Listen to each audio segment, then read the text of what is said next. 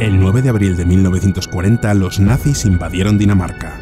Pero antes de que llegaran a tomar Groenlandia, Estados Unidos se adelantó. Así es como se construyó la base militar de Narsarsuaq. Durante toda la Segunda Guerra Mundial, Groenlandia estuvo bajo el control del tío Sam. Ahora, Donald Trump quiere recuperar esta isla y tiene un plan. La mayoría de los groenlandeses quieren independizarse de Dinamarca. Pese a ser parte de la corona danesa, ni siquiera están dentro de la Unión Europea. Si se independizaran, los inuit que habitan este lugar podrán elegir si quieren ser parte de Europa o parte de los Estados Unidos. Groenlandia es la nueva Australia. Aunque aparece sobredimensionada en los mapas de Mercator, sigue siendo la segunda isla más grande del mundo. Es 4 veces más grande que España, pero solo tiene 55.000 habitantes. Su capital, Nuuk, no llega a los 20.000. En todo el territorio de Groenlandia hay solamente 4 semáforos. No tendrán semáforos, pero tienen tantas reservas de petróleo como el mismísimo Brasil. China ya ha intentado abrir varias minas de uranio y tierras raras, incluso quisieran construir un aeropuerto. Sin embargo, tanto Estados Unidos como Dinamarca han invertido millones de dólares para evitarlo. Sin embargo, Groenlandia tiene mucho más que ofrecer. Fijaos en este mapa. Estos años hemos descubierto que todo el comercio mundial depende de unos pocos cuellos de botella. El canal de Suez, el canal de Panamá. Basta con que uno de estos puntos se bloquee para generar una crisis internacional. Sin embargo, el Polo Norte se está descongelando y esto abre la puerta a una nueva era, la ruta ártica. El cambio climático es un problema y a la vez una oportunidad. Pronto será posible navegar por el Ártico durante todo el año. Un barco que sale desde Rotterdam hasta Shanghái tardaría casi la mitad de tiempo si pudiera ir por el Polo Norte. Así que quien controla Groenlandia controla el comercio del futuro. Por tanto, estas tribus que ahora viven en mitad del desierto helado podrían estar a punto de volverse más ricos que los mismísimos saudíes. O tal vez no. La auténtica pregunta es, ¿de verdad pueden terminar formando parte de los Estados Unidos? ¿Qué plan tiene Donald Trump para hacerse con Groenlandia? ¿Y es posible que la Unión Europea lo frene? ¿De verdad es tan importante Groenlandia, como dicen muchos medios de comunicación, o hay una letra pequeña? Hoy vamos a responder a estas preguntas, pero antes... ¿No os ha pasado alguna vez que queréis ver una película en concreto, la encontráis en alguna plataforma de streaming, pero no podéis verla porque está restringida en vuestro país? A mí por lo menos me pasa un montón de veces. O sea, yo estoy dispuesto a alquilar la película, a pagar por verla, pero por alguna razón no quieren mi dinero, así que me toca ver lo que sea que me ofrezca la plataforma de turno en mi país. Bueno, en realidad ya no. ¿Por qué? Pues porque existe una solución, una llave maestra para poder entrar en cualquier lugar de internet. Esa solución tiene un nombre y se llama NordVPN. Ya sabéis que usar una VPN es muy importante por la seguridad, por prevenirse de ataques de phishing, de malware y bla bla bla. Pero lo mejor de todo es que te permite disfrutar de internet al 100% y sin restricciones. No solo eso, NordVPN tiene una herramienta muy útil llamada monitoreo de la dark web que te avisa si encuentran tu contraseña en páginas web clandestinas. Y por si todo esto fuera poco, NordVPN también tiene la protección contra amenazas pro que bloquea los sitios que tienen malware, phishing y todas esas cosas que es mejor evitar y, vamos, que te garantiza una navegación mucho más segura. Pero lo más importante es que puedes ver el contenido que está bloqueado en tu país. Hablamos de medios de comunicación críticos con el gobierno de allí donde vivas, libros e ideas que puede que estén restringidas en tu país. Cuando empieces a utilizar una VPN y te conectes desde otros países, empezarás a ver la cantidad de cosas que te estabas perdiendo. Por ejemplo, gracias a NordVPN yo puedo encontrar muchísima más información para mis vídeos, y como no podía ser de otra manera, aquí llega la super oferta que os traigo. Básicamente, si os descargáis NordVPN utilizando el link que os dejo aquí abajo en la descripción y os hacéis el plan de 2 años, os regalan otros 4 meses extra. Y por supuesto, si no quedáis satisfechos en los próximos 30 días, os devuelven el dinero. ¡Ojo! Esta es una oferta única para los que me seguís, así que no olvidéis entrar desde el link que os dejo aquí abajo en la descripción, nordvpn.com/solofonseca. No solo estaréis apoyando mi canal, sino que tendréis esos 4 meses gratis en el plan de 2 años, que no está nada mal. Así que ya sabéis, pinchad en el link de la descripción y empezar a disfrutar de internet sin límites. Y ahora sí, vamos a ver un poco de historia. Soy Fonseca y bienvenidos a mi canal.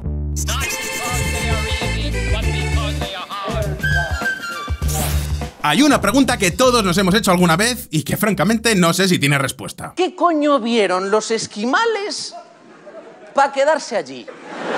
Sí, os podéis reír, pero ¿alguien sabe por qué? Por cierto, que antes de nada tengo que aclarar una cosa. El término esquimal ya lo podemos ir desechando porque resulta que es ofensivo. La palabra correcta para dirigirnos a los pobladores de estas tierras es inuit o kalaallit. De hecho, Groenlandia en groenlandés se dice... Kalaallit Nunaat. Es decir, la tierra de los kalaallit. Pues bien, por extraño que nos parezca, Groenlandia tiene pobladores desde el año 2500 a.C. Primero llegaron desde Siberia y luego desde Canadá. Y diréis, ¿qué les atrajo de Groenlandia? Pues principalmente la caza de mamíferos grandes, mamíferos como por ejemplo las focas. Eso, y que por aquellos años el sur de Groenlandia era mucho más cálido de lo que es hoy en día. De hecho, el nombre de Groenlandia viene de Grönland, que en vikingo significa la tierra verde. Eso explica que durante la Edad Media los vikingos empezaran a poblar esta zona. Eric el Rojo estableció los primeros asentamientos, digamos, occidentales. Ahora bien, hablamos de unas pocas granjas y puertos para los pescadores. La inmensa mayoría de los pobladores seguían siendo los inuits. De hecho, ambas culturas estuvieron conviviendo de forma pacífica. A fin de cuentas, si algo sobra en Groenlandia es territorio. Así que espacio, lo que viene siendo espacio, no iba a ser una razón para pelearse. Durante siglos, los inuit han mantenido su cultura y sus tradiciones prácticamente intactas. Eso incluye la construcción de los iglús, pero también la caza y la pesca tradicional, y por supuesto, su propio idioma. Un idioma que es famoso por tener palabras interminables.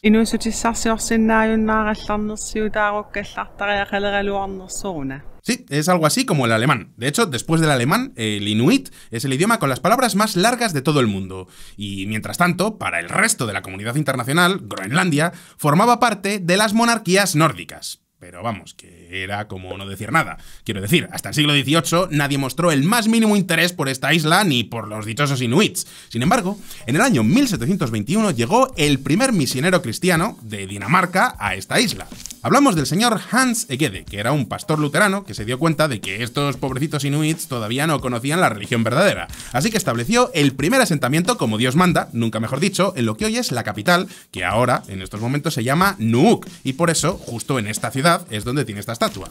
Y más o menos aquí es cuando empiezan los problemas, porque para el año 1814 Groenlandia se convierte oficialmente en una colonia danesa. Y más o menos por esas fechas es cuando se fundan todas las ciudades que tiene Groenlandia hoy en día. Que, a ver, os digo ciudades por llamarlo de algún modo. Ya os digo que la capital es Nuuk y no tiene ni 20.000 habitantes. El resto son poblaciones de 3.000, 4.000 habitantes y poco más.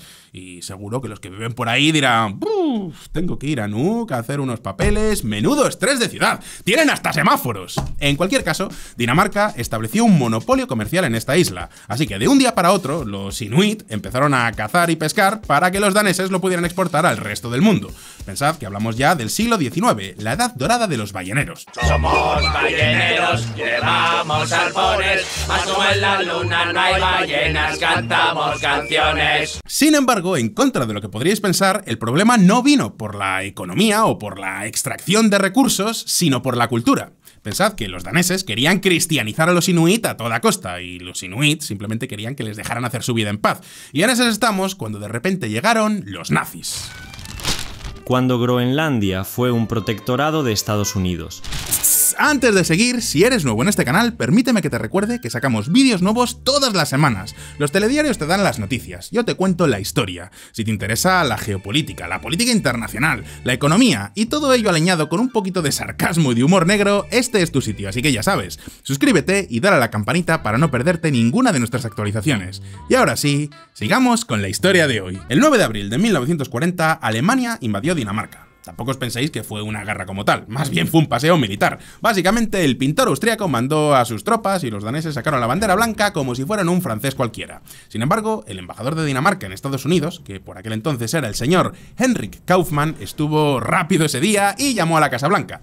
Aprovechó el vacío legal que se había creado para firmar el Acuerdo de Defensa de Groenlandia. Es decir, que antes de que la tomaran los nazis, ya había llegado el tío Sam a establecer una base militar en esta zona del mapa.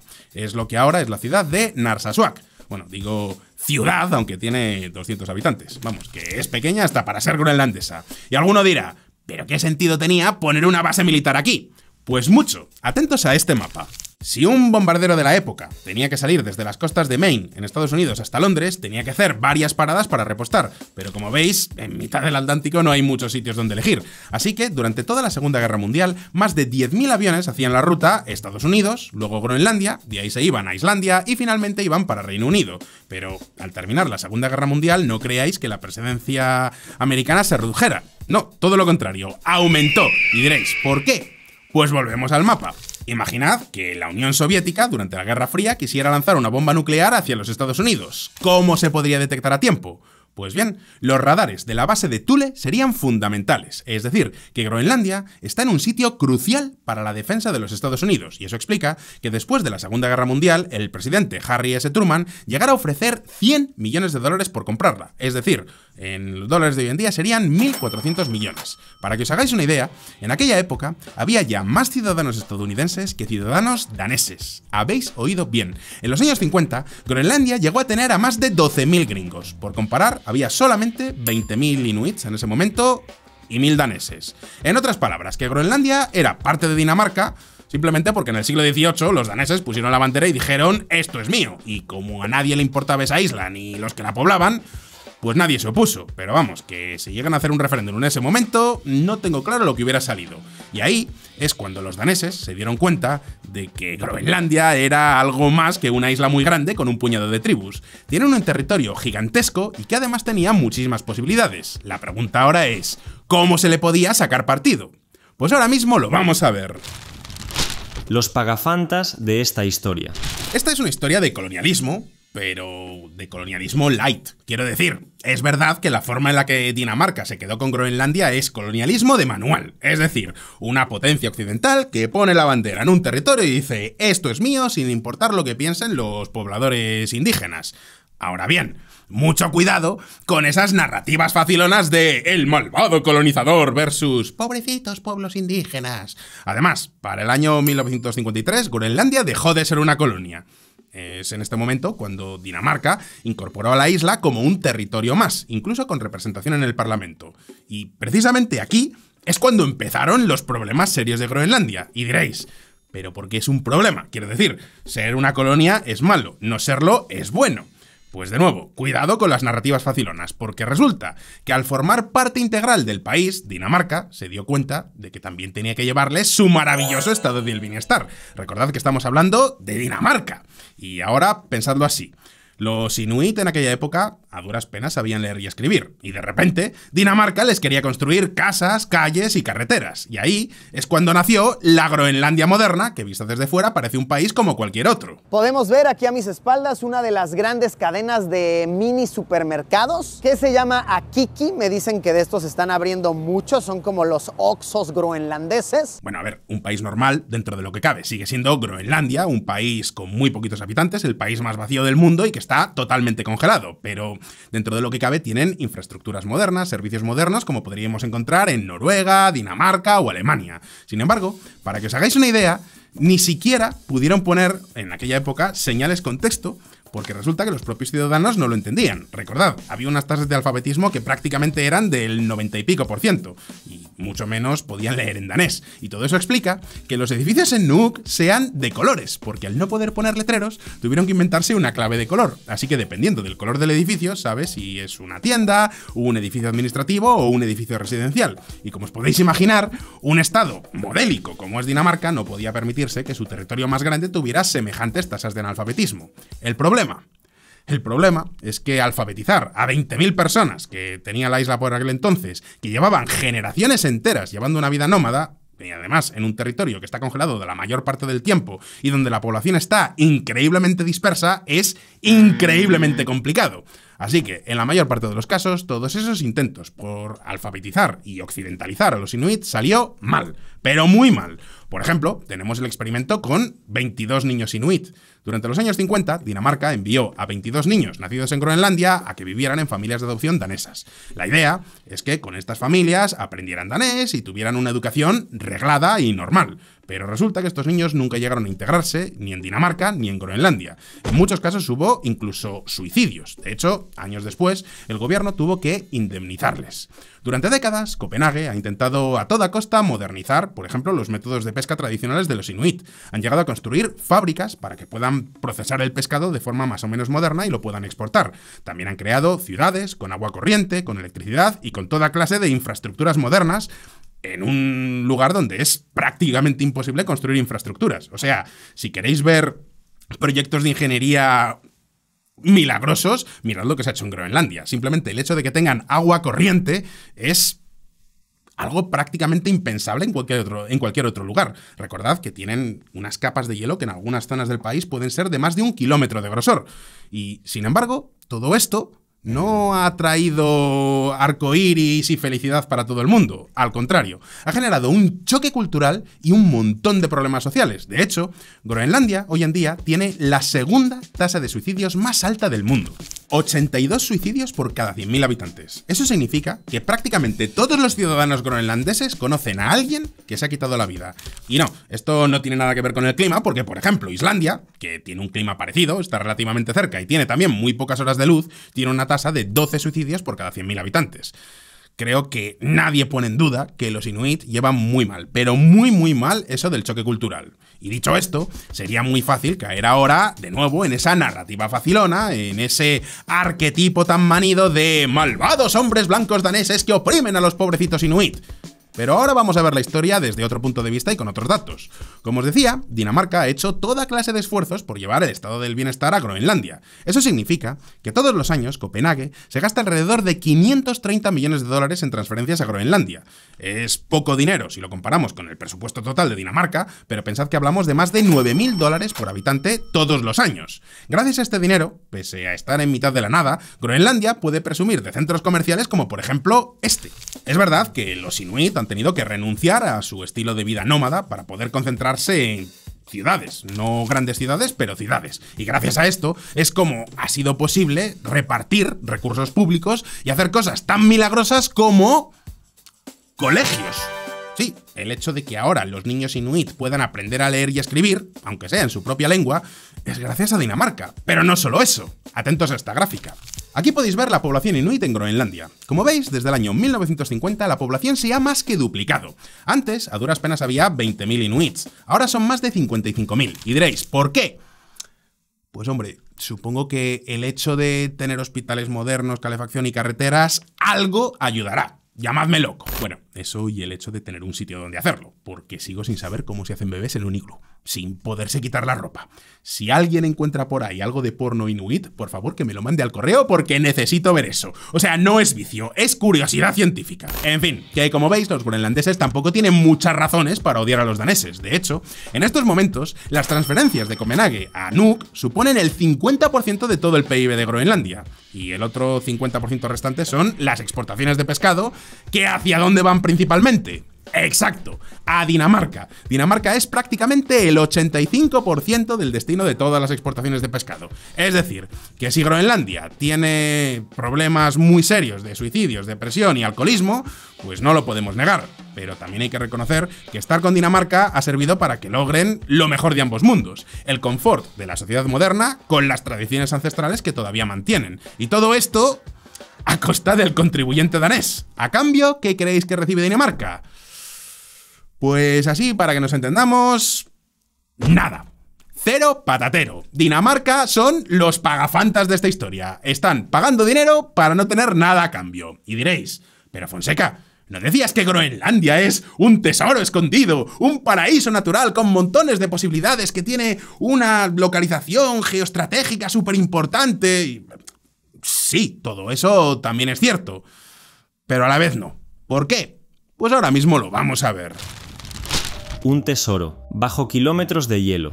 Groenlandia tiene reservas de petróleo equivalentes a las que tiene Brasil, pero con una población de 55.000 habitantes. Es decir, que si tomamos como referente lo que ganó Brasil en el año 2022 solamente con las regalías que recaudaron por el petróleo, salimos más o menos a más de $500.000 por habitante al año. No está nada mal.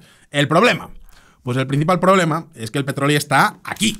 ¿Veis los cuadraditos amarillos del mapa? Pues sí, ahí. Como veis, no está en tierra, sino en alta mar. Y la costa groenlandesa no son playas cubiertas por la nieve, sino acantilados. ¿Os acordáis del iceberg que hundió el Titanic?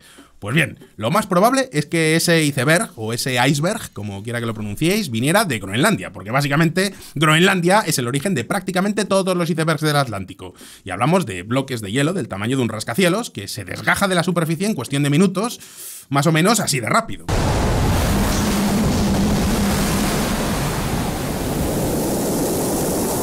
Creedme cuando os digo que nadie quiere estar en una plataforma petrolífera al lado de un sitio de donde caen icebergs. Y cuanto más se deshace la capa de hielo por culpa del cambio climático, más riesgo de icebergs o de icebergs vamos a tener. Así que sacar el petróleo, el zumo de dinosaurio de Groenlandia, requeriría de inversiones millonarias. Pero es que además, el gobierno de Groenlandia tampoco creáis que lo pone fácil. Y diréis, ¿gobierno de Groenlandia? ¿Pero no se supone que forman parte de Dinamarca?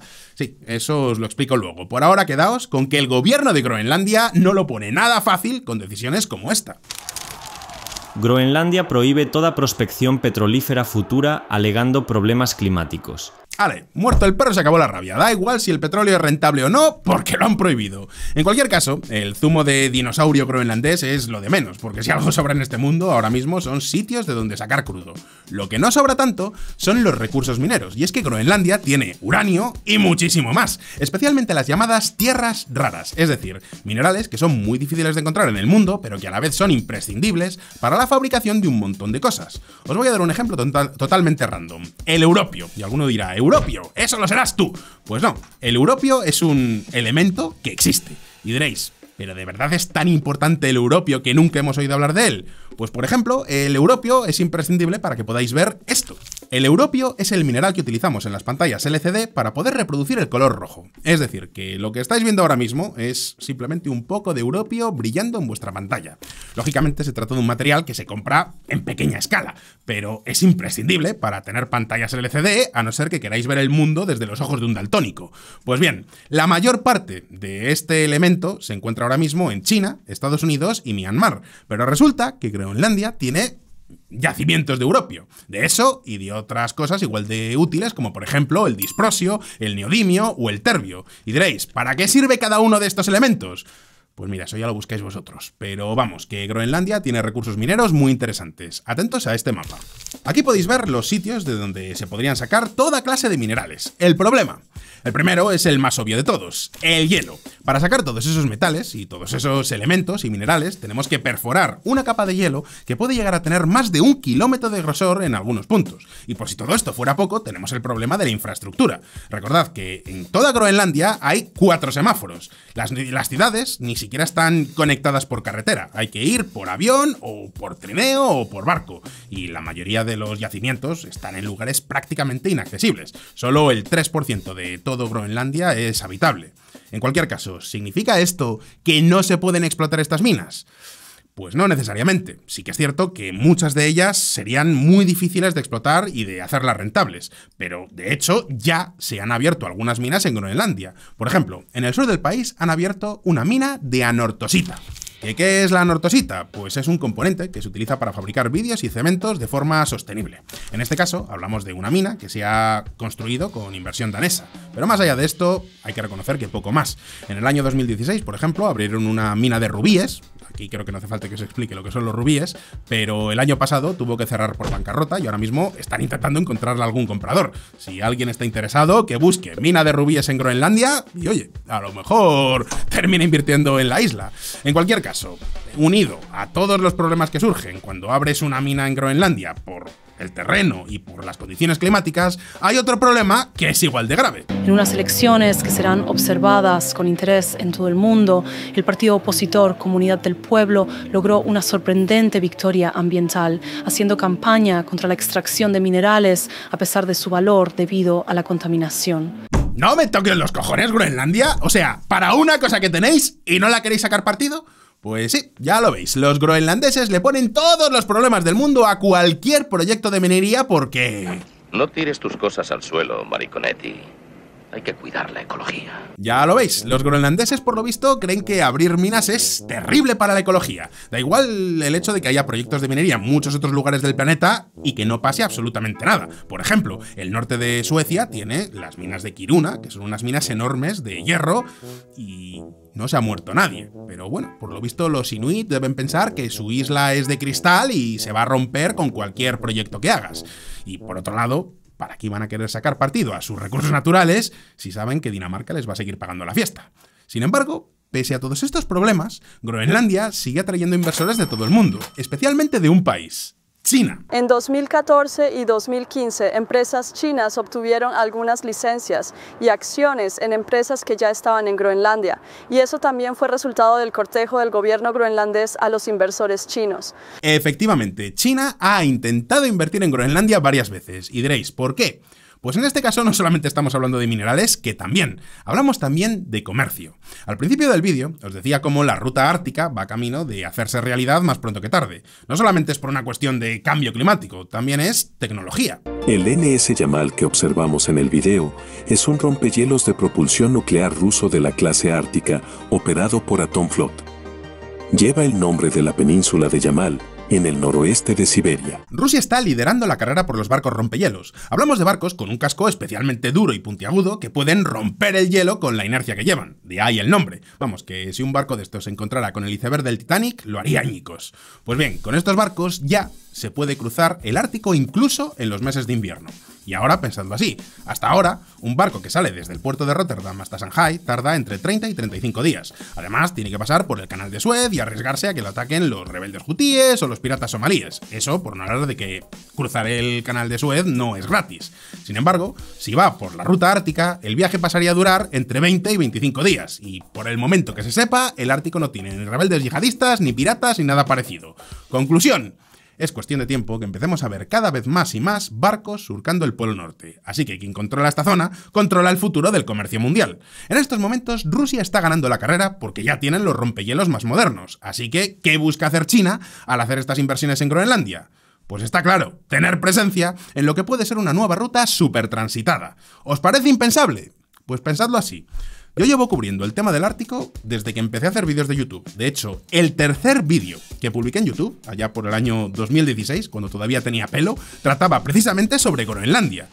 3 años más tarde, tuve que hacer otro vídeo, allá por el 2019, ya había perdido el pelo, porque Trump hizo el primer intento de comprarla, en su primera presidencia. Y ahora, 5 años más tarde, o sea, 5 años más tarde de cuando Trump hizo la orden de compra, resulta que estoy haciendo otro vídeo más, donde ya hablamos de una posibilidad mucho más real. Es muy probable que dentro de 10 o 15 años empecemos a ver muchos más vídeos de YouTube y muchas más noticias de lugares como Groenlandia o de Svalbard. Así que es cuestión de tiempo que se conviertan en hubs del comercio internacional en toda regla. Pensadlo así, lugares como Dubái o Singapur eran simplemente aldeas de pescadores hace solamente 80 años y sin embargo ahora son metrópolis. Así que si alguno de vosotros termina en el futuro trabajando, yo que sé, en una oficina de comercio internacional en alguno de estos lugares, recordad dónde lo visteis primero. Y precisamente por estos motivos, tanto Estados Unidos como Dinamarca han hecho todo lo posible por echar a China de la isla. Y diréis, ¿cómo lo han hecho? Pues invirtiendo más dinero. Pero ahora vamos con la pregunta, con la auténtica pregunta que es, ¿qué es eso del gobierno de Groenlandia? ¿No se supone que forman parte de Dinamarca? ¿Y cómo quiere conseguir hacerse con esta isla el bueno de Donald Trump? Pues ahora vamos a ver cómo el estatus político de Groenlandia no está para nada claro. Ahora mismo lo vamos a ver. El plan de Trump con Groenlandia. A estas alturas todos ya sabéis que Groenlandia forma parte de la corona danesa. Lo habréis visto en vídeos de YouTube, en artículos, en hilos de Twitter, porque se ha hablado de Groenlandia un montón durante estos días. Y todo eso es cierto. Eso significa que comparten ejército, política exterior y poco más. Desde el año 1974, Dinamarca declaró a Groenlandia como una región autónoma. Eso significa que tienen su propio gobierno, su propio parlamento y sus propias elecciones. De hecho, ni siquiera forman parte de la Unión Europea. Pero es que en el año 2009 dieron un paso más. El 70% de la población votó a favor de la ley de autogobierno. Eso significa que en estos momentos el danés ni siquiera es la lengua oficial de Groenlandia. Y por ejemplo, cosas tan elementales en cualquier país occidental como por ejemplo la propiedad privada son cuanto menos problemáticas en Groenlandia. Básicamente no tienen propiedad privada de la tierra. Es decir, que toda la tierra de Groenlandia pertenece al Estado. El Estado groenlandés, no el danés, obviamente.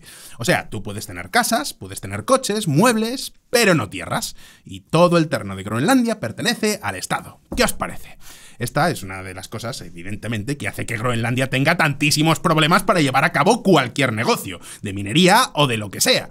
Y como os podéis imaginar, esto es algo único de Groenlandia. El resto de Dinamarca, por mucha fama que tengan de socialdemócratas, que luego no es para tanto, tiene una legislación obviamente normal. Vamos, que La única relación política que tiene Groenlandia con Dinamarca son los 2 escaños que tienen reservado en el Parlamento. En esta gráfica podéis ver los resultados de las últimas elecciones parlamentarias en Groenlandia. Los partidos que veis, o sea, las rayitas que veis en tonos rojos, son los partidos que apoyan, de un modo u otro, la independencia de Groenlandia. Es decir, que sea un país completamente soberano y libre de Dinamarca. Y, por supuesto, los partidos que están en tonos azules son los que defienden mantener la unión con Copenhague. Como veis, la opción unionista es más impopular que el reggaetón en un bar de metaleros. De hecho, desde el año 2023 están redactando su propia constitución. En el año 2024, el Parlamento declaró oficialmente que su objetivo final es la independencia, y este año, 2025, van a tener elecciones legislativas y, como os podéis imaginar, el partido con más opciones de ganar es claramente independentista. Y diréis, ¿qué piensa Dinamarca al respecto? Pues básicamente los daneses dicen, vale, si te quieres ir, vete, pero no sé muy bien de qué vas a vivir. Recordad, el 50% de todo el PIB de Groenlandia viene del dinero que les envía Dinamarca, pero es que el otro 50% restante viene de vender pescado en condiciones preferentes a Dinamarca. En otras palabras, que la postura de los inuits con Dinamarca es la de una chica guapa con su pagafantas. Me río de ti, pero a la vez sigue pagando. Eso explica que, aunque técnicamente Groenlandia puede hacer su referéndum de independencia desde el año 2009, porque técnicamente podrían hacerlo cuando quisieran, Dinamarca no se lo va a impedir, pues todavía no lo han hecho. Y diréis, pero ¿no se supone que tienen un potencial enorme para el comercio mundial y la minería y los recursos naturales y una posición geoestratégica y no sé cuántas cosas más?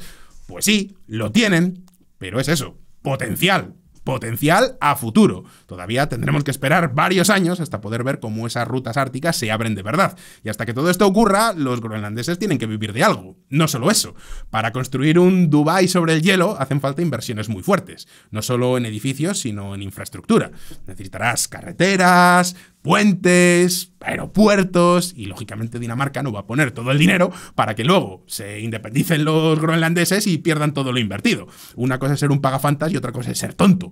Este es el gran dilema, como os podéis imaginar, que tiene Groenlandia en estos momentos. Por un lado quieren ser independientes, pero es que se vive tan bien teniendo un pagafantas, así que en ese estábamos cuando de repente apareció el megachat de esta historia. Well, we need Greenland for national security purposes. I've been told that for a long time, long before I even ran. A decir verdad, no es la primera vez que lo dice. Ya en el año 2019 propuso a Dinamarca que se lo vendiera, y años antes, décadas antes, el presidente Truman había hecho lo mismo. Y si pensáis que esa idea cayó en saco roto, os equivocáis, porque un año más tarde, Estados Unidos abrió un consulado en Nuuk. Desde entonces están dando ayudas financieras por valor de 12 millones de dólares. Ya sé que 12 millones de dólares es una propina comparado con el dinero que gasta Estados Unidos en cualquier otra cosa, pero recordad que estamos hablando de un territorio de poco más de 55.000 habitantes. Así que esos 12 millones de dólares, que parecerían una propina, suponen casi el 0,5% de su PIB. No está nada mal si tenemos en cuenta que es dinero prácticamente regalado. Y ahora pensadlo así. Los groenlandeses se quieren independizar, pero no pueden hacerlo porque dependen de Dinamarca. Pero si contaran con la ayuda de Estados Unidos, entonces sí podrían independizarse. Recordad que el dinero que envía Dinamarca a esta isla es de unos 550 millones de dólares. Vamos, que es lo que Washington se gasta en comprar 5 F-35s. Con esto, los groenlandeses podrían cumplir su sueño de separarse de Dinamarca. Y alguno dirá, vale, Fonseca, pero entonces no serían independientes porque serían parte de los Estados Unidos. Y sí, tenéis razón. Pero no olvidéis, por ejemplo, la historia de Texas. Texas se independizó de México en 1836. 9 años más tarde, y después de pasar por unos cuantos problemas financieros, terminaron hundiéndose a Estados Unidos. Entre medias, miles de colonos estadounidenses se habían asentado en la nueva y flamante República Independiente de Texas. ¿Qué impediría que pasara algo parecido en Groenlandia? A fin de cuentas, ya hubo un tiempo donde esta isla tuvo 12.000 estadounidenses frente a 20.000 inuits. Vamos, que bastaría con que unas cuantas empresas gringas invirtieran en la isla para que unos cuantos miles de trabajadores se tuvieran que mudar ahí. Si a eso le sumas un par de bases militares más, ya tienes a 20.000 o incluso 30.000 estadounidenses. Eso significa que en 10 años podríamos ver a otros tantos miles de estadounidenses viviendo en Groenlandia, haciendo negocios en Groenlandia, montando McDonald's en Groenlandia, que por cierto no tienen, y en última instancia votando en Groenlandia. Y en un momento donde la isla necesitaría inversión en condiciones, la idea de convertirse en el estado 51 de la Unión, aquella no suena tan descabellada. Ojo, ¿estoy diciendo que todo esto vaya a pasar? No. estoy diciendo que puede pasar. Ahora bien, este plan también tiene unas cuantas fisuras, principalmente una. ¿Qué incentivo tendría Groenlandia para entrar en la Unión si ya le estarían pagando las facturas? Donald Trump podría terminar convirtiéndose en el nuevo pagafantas de Groenlandia. Cambiarían a Dinamarca por Estados Unidos. Pero tranquilos, porque no es el único pagafantas que quiere entrar en este fuego. Lo que estáis viendo aquí es a la homóloga de Donald Trump en la Unión Europea, la señora Ursula von der Leyen, presidenta de la Comisión Europea, reuniéndose con el presidente de Groenlandia. Desde marzo de 2024, Bruselas también ha abierto una oficina en Nuuk. Y también han empezado a soltar unos cuantos millones de euros. Recordad, aunque Groenlandia forme parte de la corona danesa, no es parte de la Unión Europea. Y no lo es porque los groenlandeses no quisieron tener que entrar para no tener que cumplir con las regulaciones pesqueras que impone Bruselas. No olvidéis que, incluso en este momento, la principal actividad económica de la isla es la pesca. Pero recordad que estamos hablando de un territorio con muchísimo valor, tanto desde el punto de vista de las rutas comerciales como de los recursos naturales que le vendrían muy bien a Europa. No olvidéis que Europa, por sí misma, no tiene acceso a ningún yacimiento de tierras raras. Es decir, que Groenlandia tiene mucho valor. Es valor potencial, por supuesto, pero seducir a los groenlandeses es relativamente barato.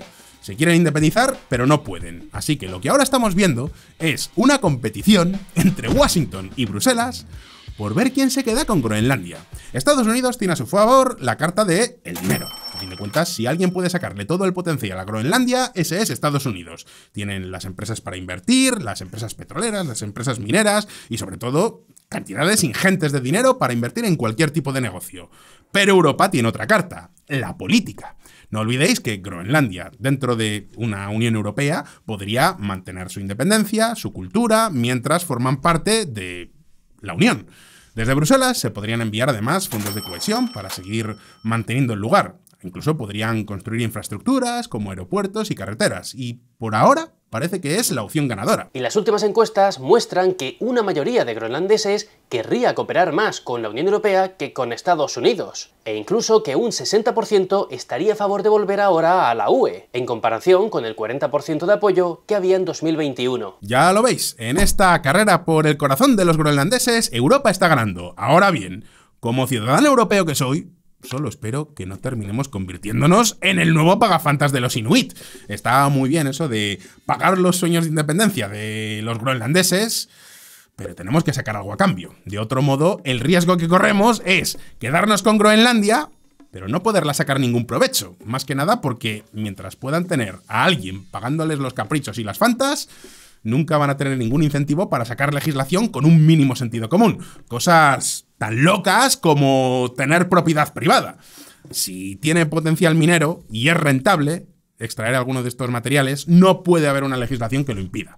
Por supuesto, también tiene que ser posible que Europa construya puertos y convierta la isla en ese hub comercial que puede llegar a ser. Y para eso necesitarán una regulación que sea compatible no ya con la Unión Europea, sino con cualquier país occidental. La pregunta ahora es, ¿qué van a decidir los groenlandeses? ¿Se convertirán en un país miembro de la Unión Europea o aceptarán irse con Donald Trump? ¿O tal vez no se decantarán por uno ni por otro y seguirán jugando al ratón y al gato con Dinamarca? Es decir, jugando a querer ser independientes en algún momento pretérito y futuro, mientras siguen con Dinamarca pagándoles las fantas. Podéis dejarme vuestra respuesta en los comentarios, pero no os vayáis todavía, porque ahora viene la sección más personal de este canal. ¡Vamos con OnlyFons!